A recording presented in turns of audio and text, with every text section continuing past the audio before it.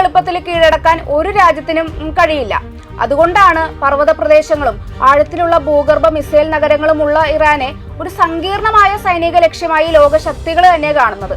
ഇറാന് ഒരു വിശാലമായിട്ടുള്ള ഒരു പ്രോക്സി നെറ്റ്വർക്ക് തന്നെ ലോകത്തുണ്ട്. അതിനെ ഇപ്പോഴും പൂർണ്ണമായി ഇല്ലാതാക്കാൻ ഇസ്രായേലിനും അമേരിക്കക്കും കഴിഞ്ഞിട്ടില്ല.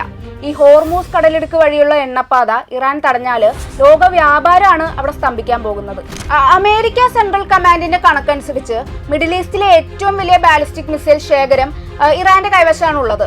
2000 കിലോമീറ്റർ വരെ അകലെയുള്ള താവളങ്ങളെയും അതുപോലെ തന്നെ നഗരങ്ങളെയും ആക്രമിക്കാൻ കഴിവുള്ള കൃത്യതയുള്ള ആയുധങ്ങൾ ഈ ആയുധപ്പുരയിലുണ്ട്. ഇത് അമേരിക്കയെയും അതുപോലെ തന്നെ ഇസ്രായേലിനെയും ഒരുപോലെ ആശങ്കപ്പെടുത്തുന്നതാണ്. ഈ ഒരു മിസൈൽ കരുത്ത് 6 മാസം മുമ്പ് നേരിട്ട് അനുഭവിച്ചറിഞ്ഞത് കൊണ്ടാണ് വെടിനിർത്തലിന് ഇസ്രായേൽ തയ്യാറായിരുന്നത്. റഷ്യൻ ഇന്റലിജൻസിന്റെ സഹായം ഉണ്ടായാലും തന്നെ അമേരിക്കൻ താവളങ്ങളിലും അതുപോലെ തന്നെ ഇസ്രായേലിലും തീമഴ പെയ്യിക്കാൻ ഇറാൻ എന്തായാലും കഴിയും. വിശാലമായിട്ടുള്ള അവരുടെ മിസൈൽ ശേഖരം മാത്രമല്ല, ലോകത്തെ ഏറ്റവും വലിയ ഡ്രോണുകളുടെ ശേഖരവും ഇറാനെ ഏറെ അപകടകാരിയാക്കുന്നതാണ്. അമേരിക്കയുടെ വിമാനവാഹിനി കപ്പൽ വ്യൂഹത്തെ തകർക്കാൻ തുച്ഛമായ വിലയുള്ള ഒരു ഡ്രോണിന് കഴിയുമെന്നത് പുതിയ കാലത്തെ ഒരു ടെക്നോളജി തന്നെയാണ്. 2022 ശേഷമുള്ള ഏറ്റവും വലിയ പ്രതിഷേധമാണ് ഇപ്പോൾ ഇറാനിൽ നടക്കുന്നത്. അമേരിക്കയും ഇസ്രയേലും സംഘടിപ്പിക്കുന്ന സ്പോൺസേഡ് കലാപം എന്ന് തന്നെ ഇതിനെ വിശേഷിപ്പിക്കേണ്ടതായിട്ട് വരും. ഒരു യുദ്ധത്തിനുള്ള ഒരു സാധ്യത എത്രത്തോളമാണ്? അമേരിക്ക ഇറാനെ ആക്രമിച്ചാൽ യുദ്ധസാധ്യത 100%. അതിലൊരു തർക്കവും വേണ്ട. അമേരിക്കൻ ടാങ്കർ വിമാനങ്ങൾ ഉൾപ്പെടെ ഖത്തറിലെ അമേരിക്കൻ താവളത്തിൽ എത്തിയതും യുദ്ധത്തിനുള്ള അമേരിക്കയുടെ തയ്യാറെടുപ്പിന്റെ ഒരു ഭാഗം തന്നെയാണ്. എന്നാൽ ട്രംപിന്റെയും അമേരിക്കയുടെയും സകല അഹങ്കാരവും തീർക്കുന്ന ഒരു തിരിച്ചടി ഇറാനിൽ നിന്നും ലഭിക്കാനുള്ള സാധ്യത വളരെ കൂടുതലാണെന്നാണ് എനിക്ക് തോന്നുന്നത്. ഇറാനെ അങ്ങനെയൊന്നും എളുപ്പത്തിൽ കീഴടക്കാൻ ഒരു രാജ്യത്തിനും കഴിയില്ല. അതുകൊണ്ടാണ് പർവ്വത പ്രദേശങ്ങളും ആഴത്തിലുള്ള ഭൂഗർഭ മിസൈൽ നഗരങ്ങളുമുള്ള ഇറാനെ ഒരു സങ്കീർണമായ സൈനിക ലക്ഷ്യമായി ലോകശക്തികൾ തന്നെ കാണുന്നത്. ഇറാന് ഒരു വിശാലമായിട്ടുള്ള ഒരു പ്രോക്സി നെറ്റ്വർക്ക് തന്നെ ലോകത്തുണ്ട്. അതിനെ ഇപ്പോഴും പൂർണ്ണമായി ഇല്ലാതാക്കാൻ ഇസ്രായേലിനും അമേരിക്കക്കും കഴിഞ്ഞിട്ടില്ല. ഈ ഹോർമൂസ് കടലിടുക്ക് വഴിയുള്ള എണ്ണപ്പാത ഇറാൻ തടഞ്ഞാൽ ലോക വ്യാപാരമാണ് അവിടെ സ്തംഭിക്കാൻ പോകുന്നത്. അമേരിക്കയെ പോലുള്ള ഒരു രാജ്യത്തിന് ഇതൊക്കെ മറികടക്കാനുള്ള ഒരു ശേഷിയില്ലേ? ശേഷി ഇല്ലെന്ന് തന്നെ മനസ്സിലാക്കണം. കാരണം ഇറാഖിനെ മുൻനിർത്തി ഇറാനെതിരെ വലിയ യുദ്ധം അമേരിക്ക മുമ്പ് നടത്തിയിട്ട് പോലും ആ രാജ്യത്തെ വീഴ്ത്താൻ കഴിഞ്ഞിട്ടില്ല എന്നത് നാം മറന്നു പോകരുത്. ഇറാൻ സാഗ്രോസ് അതുപോലെ തന്നെ എൽബ്രോസ് പർവ്വതനിരകളാൽ ചുറ്റപ്പെട്ടിരിക്കുന്ന ഒരു രാജ്യമാണ്. ഇതൊരു ഭീമാകാരമായിട്ടുള്ള പ്രകൃതിദത്ത മതിലുകളായിട്ടാണ് പ്രവർത്തിക്കുന്നത്. ഈ ദുർഘടമായ ഭൂപ്രകൃതി കരയിലൂടെയുള്ള ആക്രമണങ്ങളെ നിഷ്പ്രയാസം ചെറുക്കുവാൻ ഇറാനെ സഹായിക്കുന്നുണ്ട്. ഏതൊരു ആക്രമണ സേനയ്ക്കും ഇറാനെതിരെ കരയിലൂടെയുള്ള ആക്രമണം ഇപ്പോഴും ഒരു പേടിസ്വപ്നം തന്നെയാണ്. ഇനി വ്യോമാക്രമണം ഉണ്ടായാലുള്ള കാര്യം അങ്ങ് പറയാം. അതായത് ശത്രുവിന്റെ വ്യോമാക്രമണങ്ങളെ അതിജീവിക്കുന്നതിനായാണ് ഇറാന്റെ ഇസ്ലാമിക് റവല്യൂഷണറി ഗാർഡ് കോർപ്സിന് ഭൂമിക്കടിയിൽ വിപുലമായ മിസൈൽ നഗരങ്ങൾ ഉള്ളത്. പരമ്പരാഗത ബോംബാക്രമണങ്ങളിൽ നിന്ന് ആയിരക്കണക്കിന് ബാലിസ്റ്റിക് മിസൈലുകളെ സംരക്ഷിക്കുന്നതിനായിട്ട് പർവ്വതങ്ങൾക്കിടയിൽ 500 മീറ്റർ വരെ ആഴത്തിൽ കുഴിച്ചിട്ടിരിക്കുന്ന ഈ ഡിപ്പോകളെ മുൻപ് ഇറാൻ സൈന്യം തന്നെ ലോകത്തിന് മുമ്പിൽ തുറന്നു കാട്ടിയിട്ടുണ്ട്. അങ്ങനെയാണെങ്കിൽ ഇറാന്റെ മറ്റ് പ്രതിരോധ തന്ത്രങ്ങൾ എന്തൊക്കെയായിരിക്കും? മിഡിൽ ഈസ്റ്റിലുടനീളമുള്ള ഇറാന്റെ നിഴൽ സേനകളുടെ ശൃംഖല എന്ന് പറയുന്നത് വളരെ വിപുലമാണ്. അതായത് ലെബനൻ, ഇറാഖ്, സിറിയ, യമൻ എന്നിവിടങ്ങളിലെ വിവിധ ഗ്രൂപ്പുകൾക്കുള്ള ധനസഹായവും അതുപോലെ തന്നെ ആയുധവും നൽകുന്നത് ഇറാനാണ്. ഇറാന്റെ ശക്തമായ പ്രതിരോധ നിരയും ഇത്തരം പ്രാദേശിക ശക്തികളാണ്. ഹിസ്ബുള്ള, ഹൂതികൾ അതുപോലെ തന്നെ ഇറാഖിലെ മിലീഷ്യകൾ തുടങ്ങിയ ഗ്രൂപ്പുകളും യുദ്ധം പൊട്ടിപ്പുറപ്പെട്ടാൽ അമേരിക്കൻ താവളങ്ങൾ ആക്രമിക്കാൻ സാധ്യതയുണ്ട്. മിന്നൽ വേഗത്തിലാണ് ഇത്തരം ആക്രമണങ്ങൾ സംഭവിക്കുക. അമേരിക്ക സെൻട്രൽ കമാൻഡിന്റെ കണക്കനുസരിച്ച് മിഡിൽ ഈസ്റ്റിലെ ഏറ്റവും വലിയ ബാലിസ്റ്റിക് മിസൈൽ ശേഖരം ഇറാന്റെ കൈവശമാണുള്ളത്. 2000 കിലോമീറ്റർ വരെ അകലെയുള്ള താവളങ്ങളെയും അതുപോലെ തന്നെ നഗരങ്ങളെയും ആക്രമിക്കാൻ കഴിവുള്ള കൃത്യതയുള്ള ആയുധങ്ങൾ ഈ ആയുധപ്പുരയിലുണ്ട്. ഇത് അമേരിക്കയെയും അതുപോലെ തന്നെ ഇസ്രായേലിനെയും ഒരുപോലെ ആശങ്കപ്പെടുത്തുന്നതാണ്.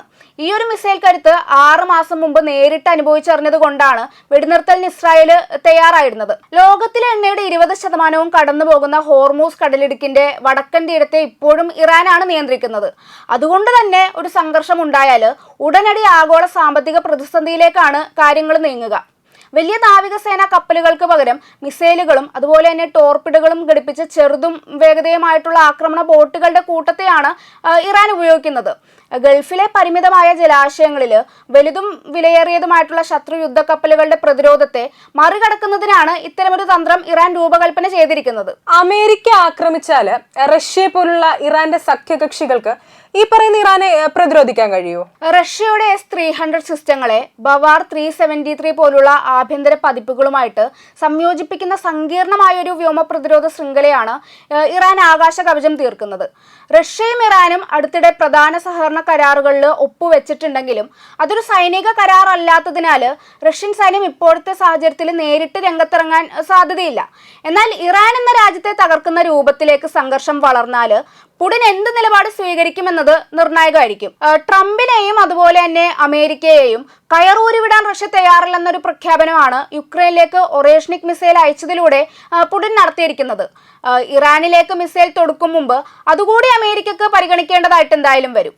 മാത്രമല്ല, അമേരിക്കൻ സൈനിക നീക്കങ്ങളെക്കുറിച്ച് സുപ്രധാന ഉപഗ്രഹ ഡാറ്റയും രഹസ്യാന്വേഷണ വിവരങ്ങളും തീർച്ചയായിട്ടും റഷ്യ ഇറാന് നൽകും.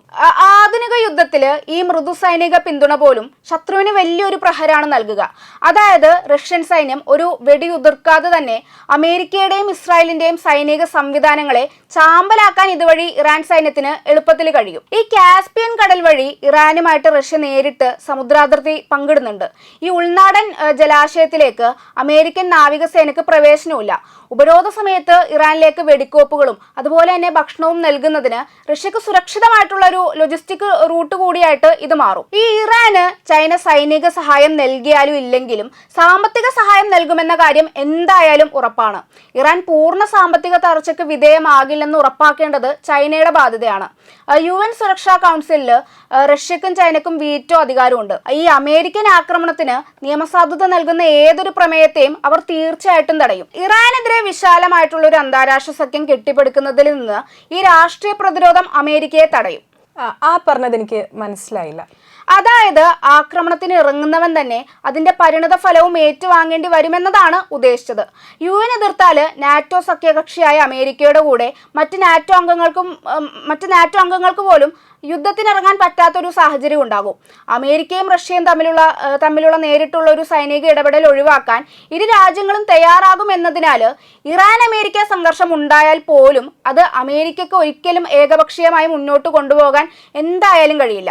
റഷ്യൻ ഇന്റലിജൻസിന്റെ സഹായം ഉണ്ടായാൽ തന്നെ അമേരിക്കൻ താവളങ്ങളിലും അതുപോലെ തന്നെ ഇസ്രായേലിലും തീമഴ പെയ്യിക്കാൻ ഇറാൻ എന്തായാലും കഴിയും. വിശാലമായിട്ടുള്ള അവരുടെ മിസൈൽ ശേഖരം മാത്രമല്ല, ലോകത്തെ ഏറ്റവും വലിയ ഡ്രോണുകളുടെ ശേഖരവും ഇറാനെ ഏറെ അപകടകാരിയാക്കുന്നതാണ്. അമേരിക്കയുടെ വിമാനവാഹിനി കപ്പൽ വ്യൂഹത്തെ തകർക്കാൻ തുച്ഛമായ വിലയുള്ള ഒരു ഡ്രോണിന് കഴിയുമെന്നത് പുതിയ കാലത്തെ ഒരു ടെക്നോളജി തന്നെയാണ്. അതുകൊണ്ട് ലോക ശക്തിയാണ്, ലോക പോലീസാണെന്നൊക്കെ പറഞ്ഞിട്ട് ഒരു കാര്യവുമില്ല. അമേരിക്കക്ക് തിരിച്ചു കിട്ടുന്നതും ഏറ്റുവാങ്ങേണ്ടതായിട്ട് എന്തായാലും വരും. ലോകം ശരിക്കും കൈയടിക്കാൻ പോകുന്നതും അപ്പോഴാണ്.